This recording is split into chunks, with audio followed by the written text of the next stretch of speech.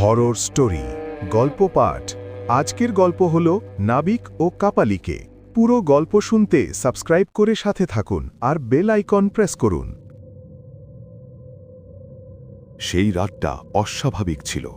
সমুদ্র একদম চুপ, বাতাস নেই, ঢেউ নেই।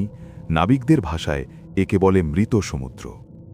নাবিক অর্ণব জানত এই সময়ে জলে থাকা মানে মৃত্যুকে ডাকা। হঠাৎ তার জাহাজের তলার দিক থেকে খটখটখট শব্দ। মনে হল কেউ নখ দিয়ে কাঠ আঁচড়াচ্ছে। সে নিচে নামতেই দেখল জাহাজের ডেকে বসে আছে এক লোক। না, লোক না, তার শরীর আধা পচা, চোখের কোচর ফাঁকা, ভেতর থেকে কালো তরল গড়িয়ে পড়ছে। মাথার জটা থেকে লাশের গন্ধ, গলায় মানুষের খুলির মালা। লোকটা ধীরে মাথা তুলল, আর তখনই অর্ণব দেখল তার চোখের জায়গায় চোখ নেই, তবু তাকিয়ে আছে। আমার বলি অসম্পূর্ণ। কণ্ঠটা যেন একসাথে বহু মৃত মানুষের। হঠাৎ জাহাজের চারপাশে জলে ভেসে উঠল লাশ। নাবিক, জেলে, শিশু সবাই এর চোখ অর্ণবের দিকে। সবাই একসাথে ফিসফিস করে বলছে, আর একটা, আর একটা। কপালিক ভূত উঠে দাঁড়াল, তার পা মাটিতে ছোঁয়ে না।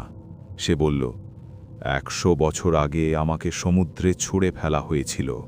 আমার শরীর পচেছে, কিন্তু আত্মা নয়। আজ তুই আমার জায়গা নেবি। অর্ণব দৌড়াতে গেল, কিন্তু ডেক নরম হয়ে গেল, চামড়ার মতো। হঠাৎ অসংখ্য হাত জলের ভেতর থেকে উঠে এসে তার পা ধরল। শেষবার সে দেখল কপালিকের মুখটা ধীরে ধীরে তার নিজের মুখে বদলে যাচ্ছে। সকালে জাহাজটা ভেসে পাওয়া গিয়েছিল, ডেকে কেউ নেই। কিন্তু আজও নাবিকরা বলে, অমাবস্যার রাতে সমুদ্রে যদি কান পাতো, শোনা যায় এক কণ্ঠ বলে ওঠে, আমার বলি অসম্পূর্ণ। আর তখনই জল, সে কোনো জায়গা থেকে আসে না, সে জলের ভেতর থেকে জন্মায়। আর সবচেয়ে ভয়ঙ্কর ব্যাপার জানো কি?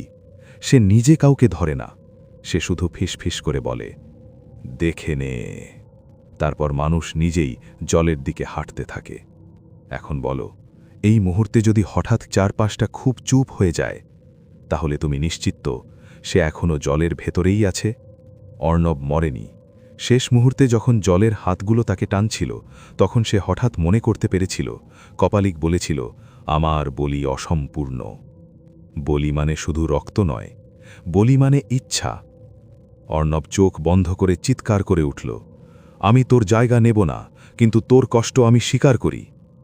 সেই মুহূর্তে সমুদ্র কেঁপে উঠল, জলের হাতগুলো থেমে গেল। কপালিক প্রথমবারের মতো চমকে তাকাল। তার গলার স্বর বদলে গেল। এবার আর বহু কণ্ঠ নয়, একটাই ক্লান্ত মানুষের কণ্ঠ। 100 বছর কেউ আমার নামও নেয়নি। অর্ণব ডেকের উপর বসে পড়ল, রক্ত দিয়ে নিজের হাত কেটে ডেকের কাঠে একটা চিহ্ন আঁকল, ত্রিশূল, শিবের ত্রিশূল। সে বলল, তুই দেবতার জন্যে মরিসনি, তুই মানুষের লোভে মরেছিস। আজ আমি সাক্ষী রইলাম, তোর মৃত্যু অন্যায় ছিল। কপালিকের শরীর কাঁপতে লাগল, তার খুলির মালাগুলো এক এক করে ভেঙে জলে পড়ল। পচা মাংস ঝরে গিয়ে দেখা গেল একটা সাধারণ মানুষের মুখ, চোখে জল। শেষবার সে বলল, আজ কেউ আমাকে মানুষ বলে ডাকল। সূর্য উঠতেই সমুদ্র হালকা হয়ে গেল, কপালিক ধোঁয়ার মতো মিলিয়ে গেল আলয়ে। কিন্তু যাওয়ার আগে বাতাসে ভেসে এলো শান্ত একটা কণ্ঠ, মুক্তি পেলাম। সেদিনের পর সেই সমুদ্রে আর মৃত